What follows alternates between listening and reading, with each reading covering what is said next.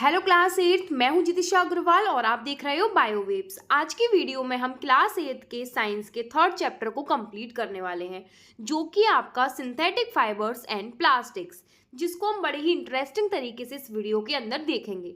चलो बिना देरी करे हम इसकी इंटरेस्टिंग सी स्टोरी को समझते हैं कि आखिर ये है क्या।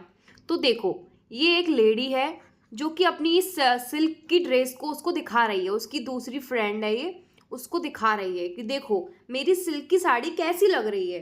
तो वो जो उसकी टीचर वाली जो फ्रेंड होती है वो बोलती है मैं कैसे मान लूँ कि सिल्क की साड़ी है, ये भी तो हो सकता है कि ये रेयॉन हो। तो वो बोलती है रेयॉन, ये क्या होता है। तो उन दोनों के बीच ऐसी वार्तालाप चलती रहती है और हमारे मन में एक क्यूरियोसिटी आ जाती है कि आखिरकार उसने सिल्क को रेयॉन क्यों बोला। तो इसी कंफ्यूजन को मैं आज की वीडियो में आपका दूर करूंगी। यही है आज की सबसे बड़ी मिस्ट्री। और हम देखेंगे कि सिंथेटिक फाइबर्स कैसे बनते हैं और प्लास्टिक की दुनिया, जो दुनिया प्लास्टिक को यूज़ कर रही है पूरी, तो उसके साथ कुछ प्रॉब्लम भी हो सकती हैं। क्या प्लास्टिक हमारे लिए सिर्फ यूज़फुल है या फिर उसका बहुत बड़ा एक बुरा इम्पैक्ट भी हमारे इन्वायरमेंट में पड़ सकता है। तो इसी को हम आज की वीडियो में बच्चों देखने वाले हैं। तो चलो लेट्स डिकोड्स दीज ऑल थिंग्स। ठीक है, तो सबसे पहले एक बात समझो, पॉलीमर्स, जिसमें बच्चे बहुत ज़्यादा कंफ्यूज्ड रहते हैं। तो उस चीज़ को पहले समझते हैं। देखो, शिव जी का नाम लेके रुद्राक्ष की माला को इमेजिन करो। तो देखो ये आपका कोई एक रुद्राक्ष है, ठीक है। अब आपने माला आपको बोनी है तो आपने बहुत सारे रुद्राक्ष ले लिए हैं, ठीक है। आपको इनकी एक माला बोनी है, या फिर अगर आपको तुलसी की माला इंटरेस्ट है तो देखो तुलसी माला बोलते हैं। तो तुलसी का ये एक आपका पीस है। ये आपको बहुत सारे आपने तुलसी के जो स्टिक्स होती हैं, जिनको आप ऐसे छोटे छोटे उसमें ले लेते हो, छोटी छोटी यूनिट्स में उनको इकट्ठा करते हो, बनाते हो, तो वो आपने यूनिट्स उसकी ले ली हैं। तो देखो अब ये जो एक यूनिट है इसको हम बोलेंगे मोनोमर, या फिर ये कोई एक रुद्राक्ष उसको हम बोलेंगे मोनोमर। और जब हमने इनको धागे में पिरो दिया, इनको एक इनकी लॉन्ग चेन बना ली, सारे मोनोमर्स मिलके, ये मोनोमर है, ये मोनोमर है, ये मोनोमर है, ये मोनोमर है, और सारे के सारे मोनोमर्स ने मिलके दो से ज़्यादा मोनोमर्स मिलके क्या बनाते हैं, एक पॉलीमर बनाते हैं। इसने चेन बना ली, तुलसी माला बन गई, वो हो गई एक पॉलीमर। यहाँ पे ये रुद्राक्ष अपने बहुत सारे माला में पिरो दिए, वो हो गए आपके पॉलीमर। ठीक है, इतनी बात समझ में आ गई मेरी। तो देखो सारे कृष्ण भक्त और शिव भक्त यहाँ पे रिलेट कर पाएंगे कि किस तरीके से आपने माला बुनते हो, उसको हम पॉलीमर बोलते हैं, और उसका एक छोटा छोटा मोती या फिर उसका एक छोटी छोटी यूनिट्स, उनको हम मोनोमर बोलते हैं। इतना समझ में आ गया। एक यूनिट को मोनोमर बोलेंगे और दो से ज़्यादा मैनी यूनिट्स को हम पॉलीमर बोलेंगे। ठीक है, इतना हमारे समझ में आ गया है, हमको इतना आइडिया हमको हो गया है। आगे चल के अगर आप पॉलीमर वर्ड यूज़ करोगी तो हमारे माइंड में आ जाएगा। ठीक है, सबसे पहले सिंथेटिक फाइबर्स का एक आइडिया ले लो कि सिंथेटिक फाइबर एक्चुअल में होते क्या है। ये तो उसके एग्जाम्पल है रेयॉन, नायलॉन, पॉलिएस्टर, एक्रेलिक। ठीक है, अब पहले थोड़ा सा सिंथेटिक फाइबर्स का आइडिया ले लेते कि आखिरकार वो है क्या। तो देखो सिंथेटिक मतलब जो मैन मेड हैं, ठीक है, कैसे हैं, मैन मेड हैं, आर्टिफिशियल है, सिंथेटिक है मतलब आर्टिफिशियल है, वो हमको नेचर से नहीं मिल रहा है, नेचुरल फाइबर नहीं है। देखो 6th और 7th क्लास में हमने पढ़ा था नेचुरल फाइबर्स के बारे में। कुछ प्लांट फाइबर भी होते हैं, कुछ एनिमल फाइबर भी होते हैं जो हमको नेचर से प्रोवाइड हो रहे हैं। प्लांट फाइबर को हमने 6th क्लास में पढ़ा था और हमने 7th क्लास में डिकोड करा था आपके एनिमल्स फाइबर को। अब हम कर रहे हैं 8th क्लास में आके सिंथेटिक फाइबर्स को डिकोड। उसके साथ साथ हम कुछ सेमी सिंथेटिक फाइबर्स को भी हम डिकोड करते हैं। ये क्या होता है, जब हम नेचुरल चीज़ों पे कुछ मैन मेड, कुछ केमिकली प्रोसेस करके जो फाइबर्स बनाते हैं उनको हम सेमी सिंथेटिक बोलते हैं। यानी कि वो प्योरली नेचर से नहीं मिले हैं और वो प्योर किसी केमिकल से नहीं बने हैं, उसमें नेचुरल चीज़ों का यूज़ करके सिंथेटिक फाइबर को बनाया गया है। इतना समझ में आ गया। उसको हम बोलते थे सेमी सिंथेटिक हो तुम, तो वो आपका रेयॉन होता है, अभी हम देखते हैं इसको हमने किस तरीके से बनाया। और मैन मेड आपको बताई थी कि फैक्ट्रीज में प्योर केमिकल से ही इनको बनाया जाता है। ठीक है, इतना हमारी बात समझ में आ गई है। ठीक है, मैन मेड होता है, केमिकल प्रोसेस होता है फैक्ट्रीज के अंदर। तो रेयॉन जो होता है उसमें आपका नेचुरल फाइबर्स को ही आपका केमिकल ट्रीटमेंट देके आपका उसको मैन मेड बना दिया जाता है, और बाकी सारे आपके केमिकल प्रोसेस से ही डायरेक्ट बनते हैं। इतनी बात क्लियर हो गई, ठीक है, चलो समझ में आ गया इतना। तो सबसे पहले हम बात करते हैं रेयॉन की। सबसे पहले हम बात करते हैं रेयॉन की। जैसा कि मैंने बताया कि नेचुरल चीज़ों को ही हम क्या करते हैं, प्रोसेस करते हैं और फिर उससे हम अपना एक सिंथेटिक फाइबर बनाते हैं। अब रेयॉन हमको सिल्क के जैसा लगा था, इसलिए इसका दूसरा नाम होता है आपका आर्टिफिशियल सिल्क। इसलिए इसका दूसरा नाम क्या होता है, आर्टिफिशियल सिल्क। जो साड़ी पहन के वो लेडी इतरा रही थी कि देखो मैंने तो सिल्क की साड़ी खरीदी है, लेकिन जो उसकी फ्रेंड है जो कि एक साइंस टीचर थी, उसने उसका वहम दूर कर दिया। उससे बोला बेटा, मतलब फ्रेंड्स में चलता रहता है, कुछ भी बोल लेते, यार बोल लेते, बेटा बोल लेते, कुछ भी बोल लेते। मेरे मुंह से बेटा निकल गया क्योंकि मैं तुमको पढ़ा रही हूँ इस टाइम पे, तो ठीक है। तो बोलती है बहन ऐसा नहीं है, ये रेयॉन भी तो हो सकता है। चल इसको तुम सिल्क समझ रही हो, प्योर सिल्क बोले जा रही हो इतनी देर से, मैं तुमको देख रही हूँ, ये रेयॉन भी हो सकता है यार। तो बोलती रेयॉन ये क्या होता है। तो अब हम समझने वाले हैं कि रेयॉन क्या होता है। उन दोनों बेस्ट फ्रेंड्स के बीच में आखिर क्या बात हुई होगी उस दिन, उन दोनों फ्रेंड्स के बीच में क्या बात हुई होगी, वो अपनी साइंस झाड़ने लग जाती है।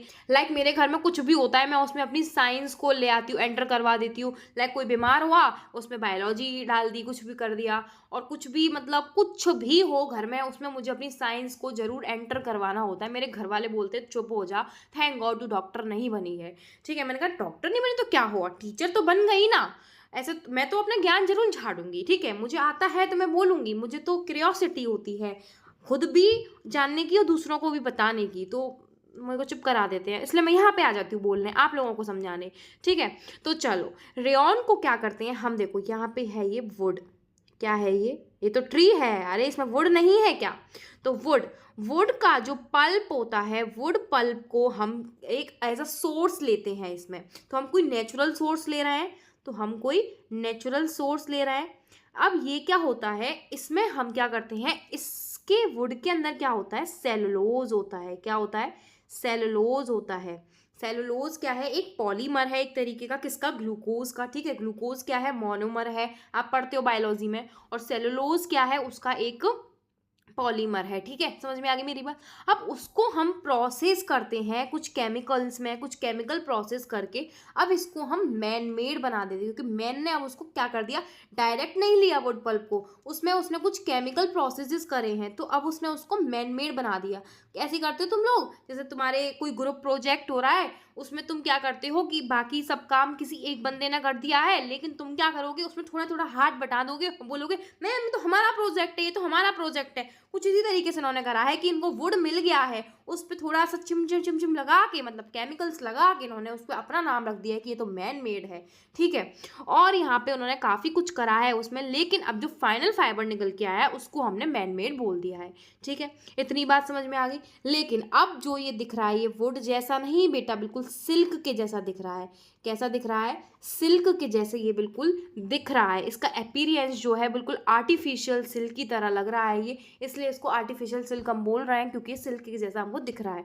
तो वो उसमें लेडी की गलती नहीं थी, उसको वो सिल्क जैसा ही दिख रहा था, लेकिन उस पे उसको क्या पता था कि उसके पीछे की कहानी कुछ और ही है। वुड पल्प जिसके अंदर आपका सेलुलोज होता है, उसको केमिकल से ट्रीट करके, उसको मैनमेड बना के, उसको रेयॉन बना के, और उसको एज अ आर्टिफिशियल सिल्क पकड़ा दिया था।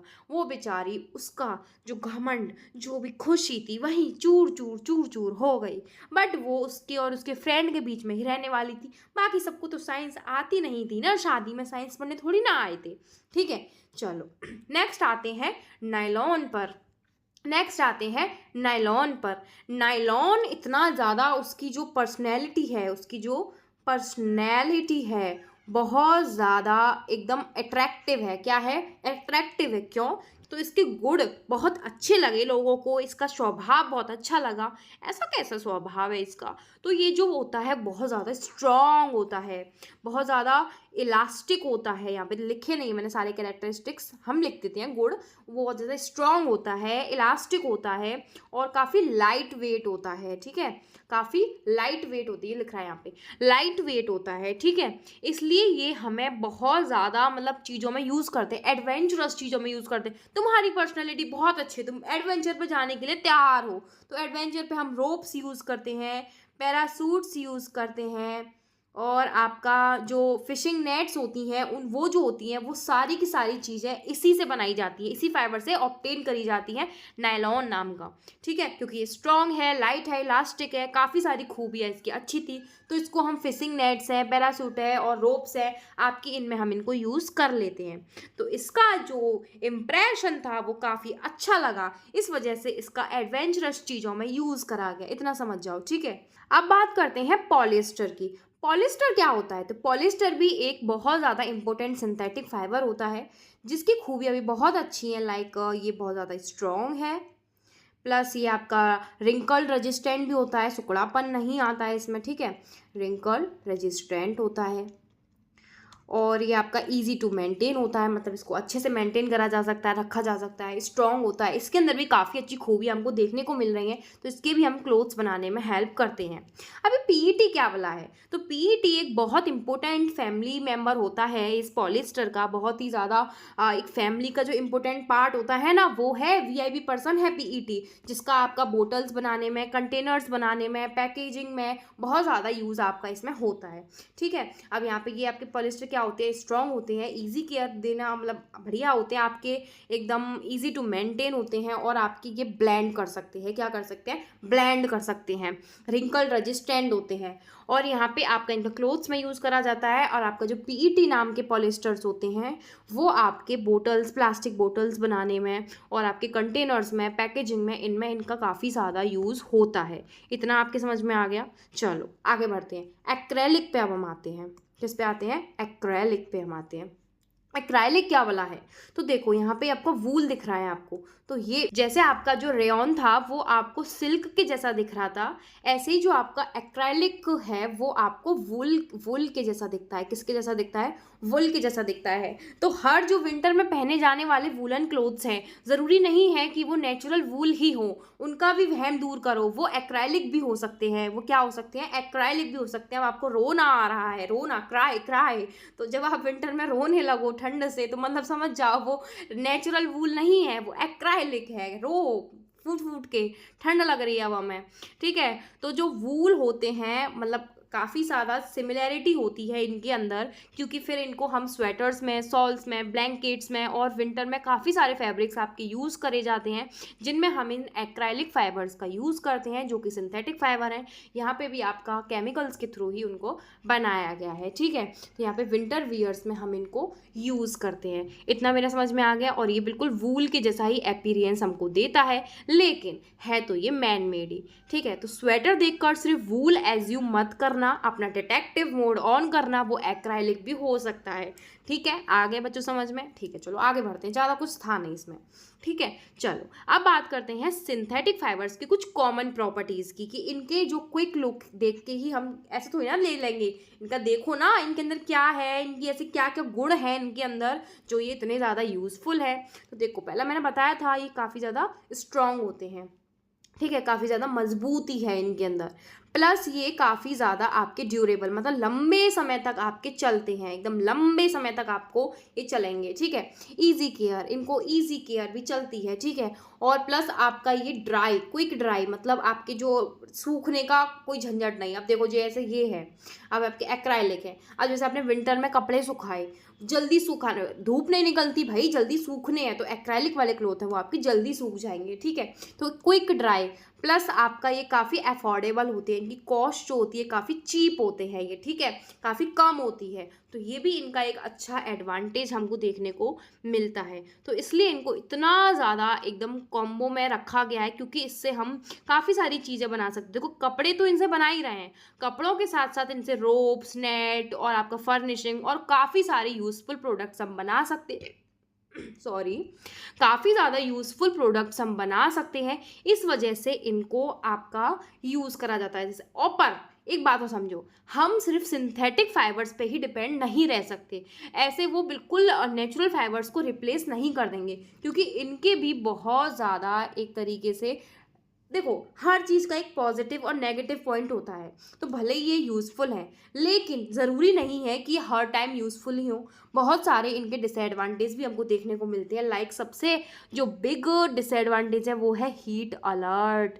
हीट अलर्ट, हमको डर लग रहा है, क्या है ये। तो जैसे ही तुम सिंथेटिक फाइबर पहन के हीट फायर के आसपास जाते हो तो उसका जो मेल्ट होने का चांस होता है वो बहुत हाई होता है, बहुत जल्दी उसको हीट पकड़ लेती है। अब दो देखो, जो आपका मेल्टिंग, जो आपका मेल्ट हुआ हुआ जो मेल्टेड मटेरियल है वो आपकी स्किन पर, वो आपकी स्किन पर चिपक सकता है, चिपक जाएगा और आपको एक बहुत सीरियस बर्न वो कॉज कर सकता है। समझ में आ गई। आप सिंथेटिक फाइबर पहन के अगर आप फायर के या फिर स्ट्रॉन्ग हीट के पास जाते हो तो वो आपका मेल्ट हो जाएगा और जो आपका मेल्टेड जो फाइबर होगा, जो मटेरियल होगा, वो आपकी स्किन पे चिपक सकता है और आपको एक सीरियस बर्न वो कॉज कर सकता है। मेरी बात को ध्यान से सुनो।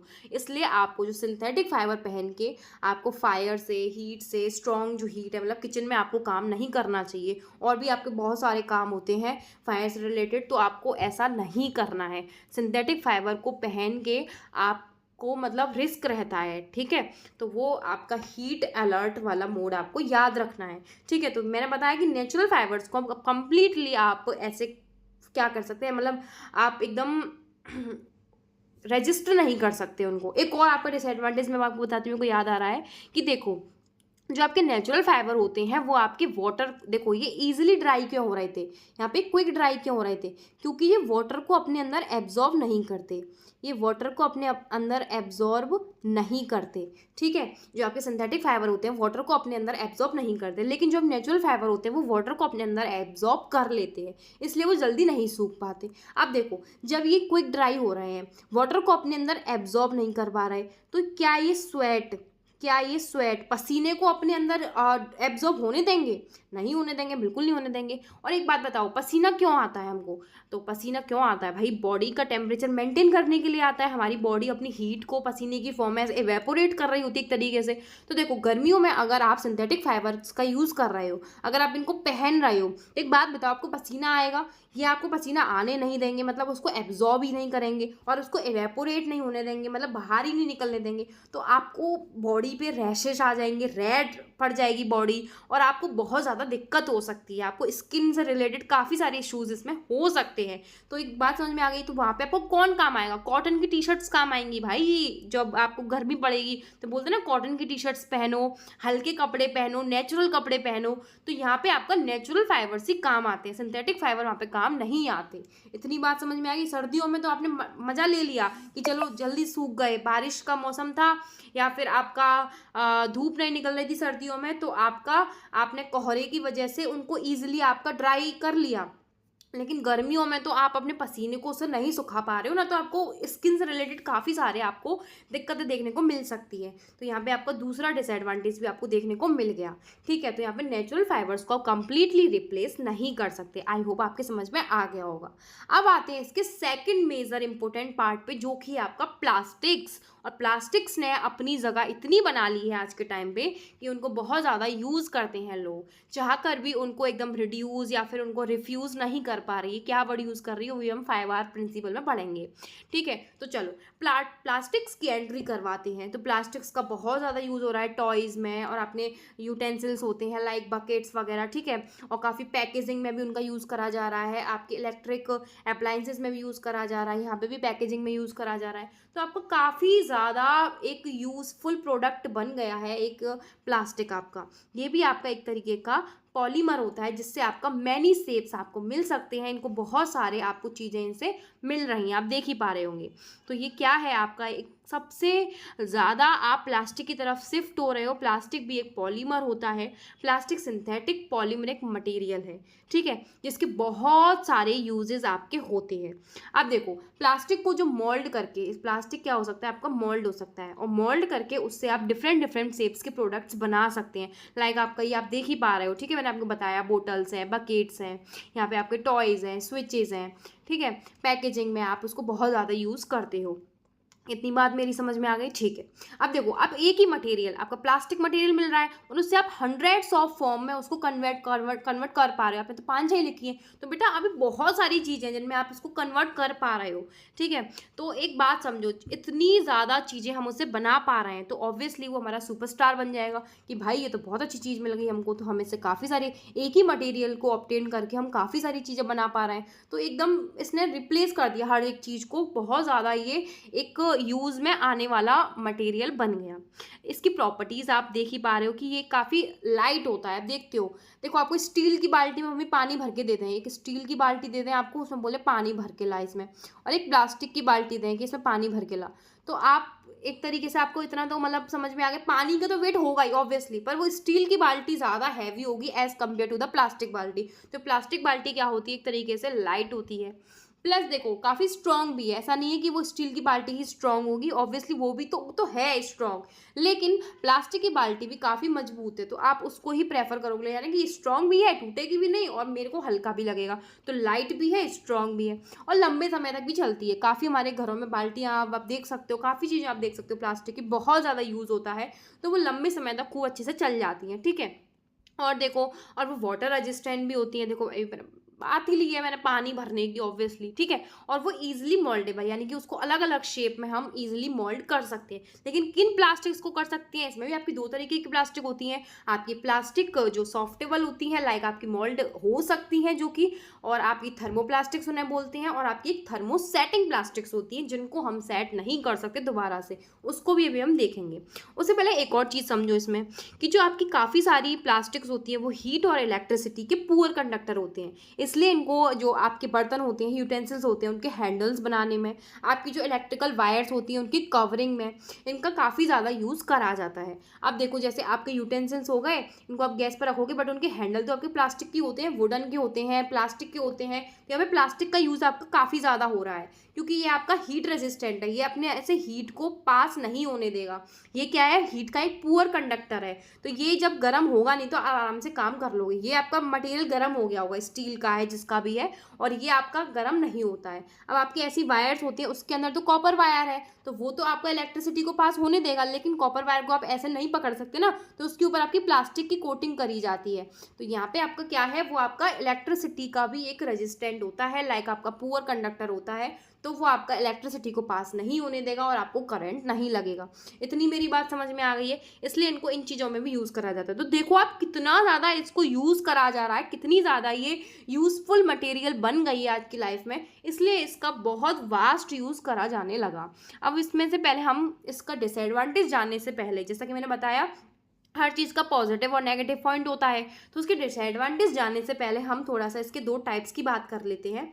पहले ये समझो, मैंने आपको बता ही दिया है कि ये लाइट होते हैं, काफ़ी स्ट्रॉन्ग होते हैं, मोल्डेबल होते हैं, वाटर रेजिस्टेंट होते हैं, और ये पुअर कंडक्टर होते हैं हीट और इलेक्ट्रिसिटी के, इसलिए इनको इतना ज़्यादा यूज़ करा जाता है। ये हमने पढ़ लिया है ऑलरेडी, ठीक है। पीपीटी बना लो भले ही, पर ये आपको समझ में आ गया होगा। ये आपको फ्लो चार्ट की फॉर्म में बना के लाई हूँ, जिससे आप थोड़ा सा इस तरीके से फ्लो चार्ट बना लो तो आपको याद आ जाएंगी चीज़ें, आप इजीली रिमेंबर कर पाओगे आप चीज़ों को। ब्लैंक स्लाइड में क्या है, थोड़ा सा इंटरेस्ट नहीं आता पढ़ने में, वरना मैं ब्लैंक स्लाइड ही यूज़ करती हूँ मोस्टली पढ़ाते टाइम, ठीक है। अब देखो आपकी दो तरीके की प्लास्टिक होती है, थर्मोप्लास्टिक और थर्मोसेटिंग प्लास्टिक, जो आप जाके देख पाओगे, ठीक है। थर्मोसेटिंग प्लास्टिक, अब देखो थर्मोप्लास्टिक आपकी ऐसी होती हैं जो हर माहौल के हिसाब से ढल जाती हैं, लाइक आप उनको हीट दो, वो सॉफ्ट हो जाएंगी, पिघल जाएंगी, अरे थोड़े से ही पिघल जाती है, पिघल गया इनका दिल, और ये रिमोल्ड हो गई दूसरी किसी चीज़ में, ठीक है। अब जैसे कोई आपकी चीज़ थी, कोई भी आपकी बोतल थी, उसको आपने हीट करा और आपको उसने किसी और चीज़ में उसको ढाल दिया आपने, ठीक है। इतना आपने समझ लिया, ठीक है। अब देखो आपकी पॉलीथीन हो गई, पीवीसी हो गई, ये आपकी थर्मोप्लास्टिक की होती है, इनको हीट देने पर ये सॉफ्ट हो जाती है और आपकी रिमोल्ड, मतलब वापस से इनका यूज़ करा जा सकता है किसी और चीज़ में, ठीक है। दूसरा शेप ये ले लेंगी, इतना समझ में आ गया। ये अपना रंग बदलती रहती हैं, रंग तो नहीं बदलती बेटा, शेप बदलती रहती है। क्या बदलती रहती है, शेप बदलती रहती हैं, ठीक है। हम ये चीज़ समझ गए।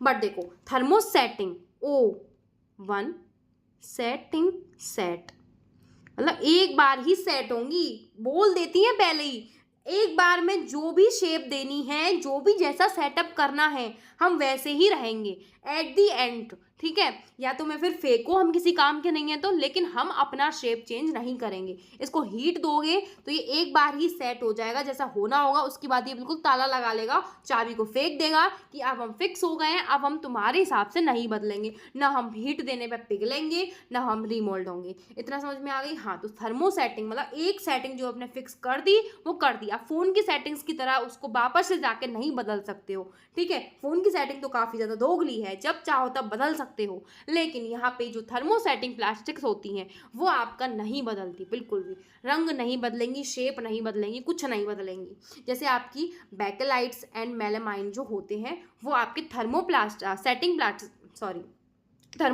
प्लास्टिक्स के अंदर ही आपके आते हैं। थोड़ा सा टंग स्लिप हो जाता है, ठीक है, तबीयत भी ठीक नहीं है, ठीक है। चलो अब बात करते हैं कि प्लास्टिक्स के डिसएडवांटेज क्या है। अभी तो हमने बहुत अच्छा सुन लिया है। तुम किसी चीज़ के बारे में कुछ पॉजिटिव सुन लेते हो तो तुम्हें लगता है अरे यही भगवान है, यही सब कुछ है। लेकिन बेटा एट द एंड उसका कभी ना कभी सच सामने आ ही जाता है। तो प्लास्टिक्स का भी सच सामने आ गया।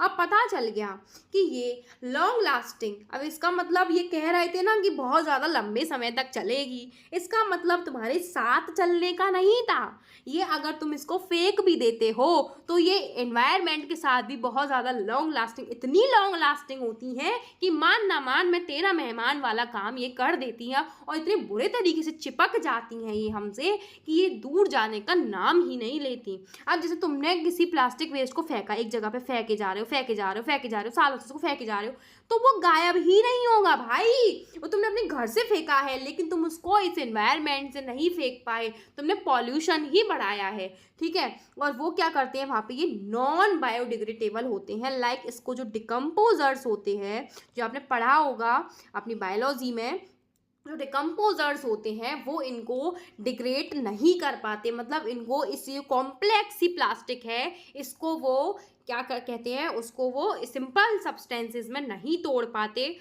और इसका आपका डिग्रेड नहीं हो पाता। इस वजह से लंबे समय तक आपका एनवायरनमेंट में बनी रहती हैं और ये काफ़ी सारा पॉल्यूशन आपका फैलाती हैं। अब देखो जैसे आपके ड्रेन्स होते हैं, लाइक आपका नालियों को रोक देगी तो वह कचरा बनेगा, और कचरा बनेगा तो वह मच्छर मक्खी पनपेंगे तो आपका दिक्कत होगी, आपको एनवायरनमेंट में हार्म होगा। अब देखो आपका एनिमल्स को किस तरीके से आपका एक तरीके से टॉर्चर कर रही है प्लास्टिक। तो आप प्लास्टिक बैग्स वगैरह फेंक देते हो, पॉलीथीन्स वगैरह, जो जानवर होते हैं वो वहाँ पे अपना खाना वाना ढूंढने जाते हैं तो गलती से वो प्लास्टिक बैग्स को अपने अंदर कंज्यूम कर लेते हैं। अब उनका डाइजेस्टिव सिस्टम उसको सपोर्ट नहीं कर पाता तो उनका डाइजेस्टिव सिस्टम गड़बड़ा जाता है और उनकी डेथ हो सकती है।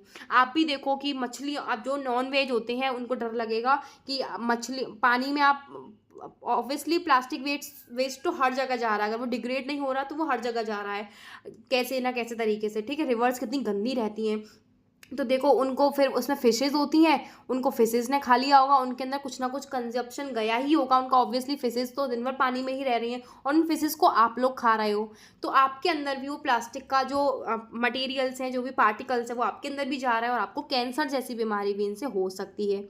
अब देखो आपकी सॉइल में भी है एक तरीके से, तो हमें प्लांट्स हैं, आप प्लांट्स का भी फूड, सिर्फ नॉन वेज के लिए भी नहीं था, सिर्फ वेज लोग भी हैं वो भी प्लांट्स को खा रहे हैं तो उनके अंदर भी कुछ ना कुछ उसका जा रहा है। तुम उसको चीज़ को खाए तुमको कैंसर होगा ही, ठीक है। तो प्लास्टिक्स का जितना कम हो सके उतना कम यूज़ करो। आप देखो आपके प्लास्टिक कंटेनर्स आ गए हैं तो आप क्या करते हो, लंच बॉक्स होते हैं बच्चों के, उसमें गरम गरम आप क्या करते हो, सब्जी रख देते हो। तो उसके बाद भाई वो जब प्लास्टिक को तुम हीट कर रहे हो तो ऑब्वियसली हीट करने पे क्या होता है, तुम्हारे जो उसके मॉलिक्यूल्स हैं, उसके पार्टिकल्स हैं, वो उसके अंदर जा रहे हैं खाने के और उसको फिर बच्चा खा रहा है तो ऑब्वियसली उसके अंदर भी कैंसर की दिक्कत हो सकती है। भाई प्लास्टिक का जितना कम हो सके उतना यूज़ करो।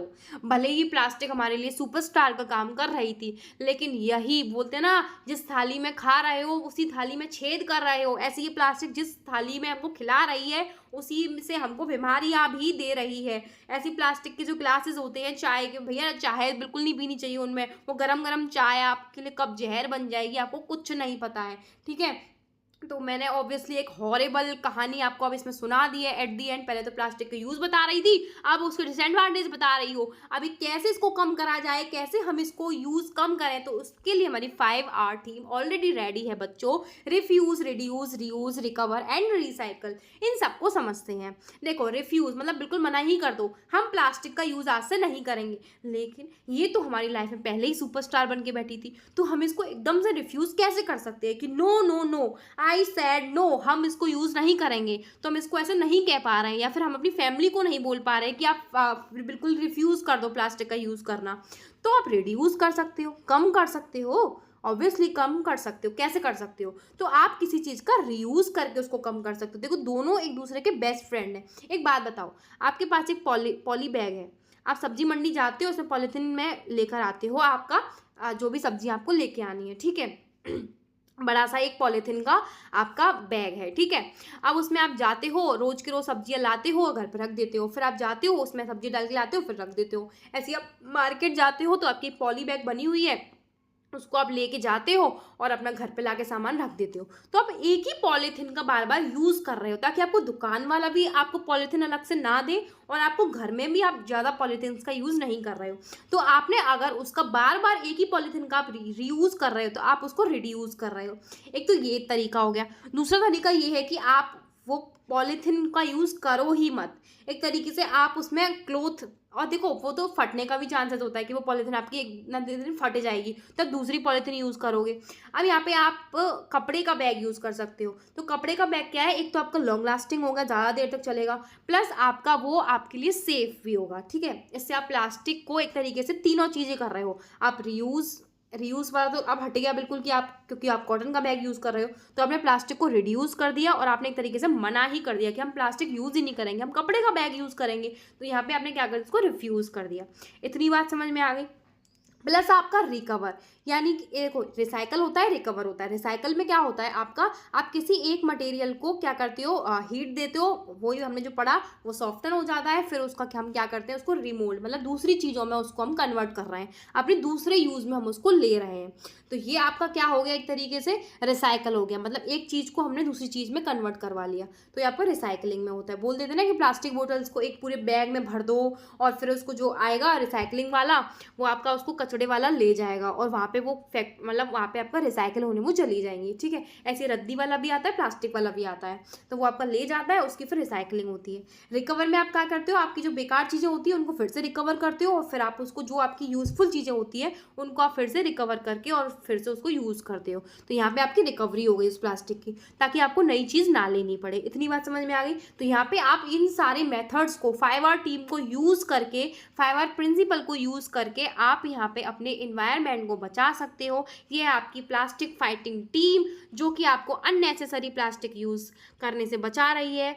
यहाँ पे आपका रिड्यूस कर दोगे तो वो आप अननेसेसरी प्लास्टिक को यूज़ करने से बच रहे हो। रीयूज़ में आप क्या कर रहे हो, एक ही आइटम को बार बार यूज़ कर रहे हो। रिसाइकिल में आप क्या कर रहे हो, जो प्लास्टिक वेस्ट है उसको प्रोसेस करके किसी नई मटेरियल में बना रहे हो। देखो क्विक रिवीजन ले लो एक। और रिकवर में आप उसका क्या कर रहे हो, वेस्ट से यूजफुल चीज़ें आप रिकवर कर रहे हो, फिर से बना रहे हो उसको, ताकि आपको वो फेंकनी ना पड़े। और आप रिफ्यूज़ में तो बिल्कुल ही उसको मना कर रहे हो कि हम इस अननेसेसरी प्लास्टिक को यूज़ नहीं करेंगे। और यही है आपका 5R principle, refuse, reduce, reuse and आपका रिकवर, रिसाइकल, ठीक है। इतना आपके समझ में आ गया। चलो ठीक है, यहाँ पे हम करते हैं एक फाइनल आपका चैप्टर का थोड़ा सा एक समरी दे देती हूँ कि जो आपके मोनोमर है वो मिलके आपकी, जैसे एक माला प्रो के, मोती प्रो के हम माला बनाते हैं, ऐसे मोनोमर्स को प्रो के हम पॉलीमर्स बनाते हैं, ठीक है। रेयॉन जो था वो आपका गलतफहमी दूर कर दी थी कि ये सिल्क लाइक दिखता है लेकिन सिल्क होता नहीं है। नायलॉन था वो आपका बहुत ज़्यादा स्ट्रॉन्ग था, उसकी पर्सनैलिटी अच्छी थी, इसलिए उसको एडवेंचरस चीज़ों में यूज़ करा जा रहा था। पॉलिएस्टर, जिसका एक फैमिली मेम्बर बहुत ज़्यादा इंपॉर्टेंट था, पीईटी नाम का, जिसको हम प्लास्टिक बोटल्स, कंटेनर्स, इन सब चीज़ों में यूज़ कर रहे थे।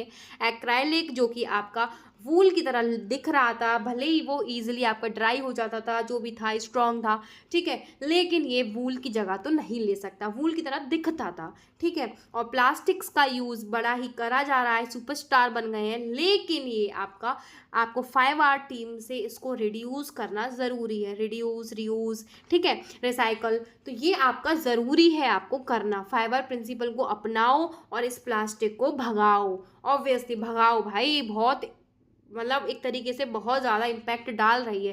पॉजिटिव इम्पैक्ट से ज़्यादा नेगेटिव इम्पैक्ट हो रहा है, क्योंकि जो हमको पॉजिटिव इम्पैक्ट देखने को मिले थे, ज़रूरी नहीं है वो सिर्फ हमको प्लास्टिक ही दे रही है, और भी चीज़ें दे रही हैं। हम पॉलीथीन्स की जगह हम वो जो कपड़े के बैग होते हैं उनको यूज़ कर सकते हैं। प्लास्टिक के कंटेनर की जगह हम अपने मेटल के कंटेनर्स को यूज़ कर सकते हैं। तो हम चाह के भी, हम ऐसा नहीं है कि हम प्लास्टिक ही यूज़ करें, हमारे पास एक ही ऑप्शन होता तो बात अलग थी, हमारे पास और भी हंड्रेड्स ऑफ ऑप्शंस हैं, तो हम प्लास्टिक को नो बोल सकते हैं। टाइम लगेगा पर बोल सकते हैं, ठीक है। इतनी बात समझ में आ गई। तो ये है आपका बायोवेव्स में, आपने बड़ी ही जल्दी से चैप्टर कंप्लीट कर लिया। साइंस को सिर्फ याद नहीं करना, समझना है। Keep learning, keep growing, keep waving. चलो, थैंक यू।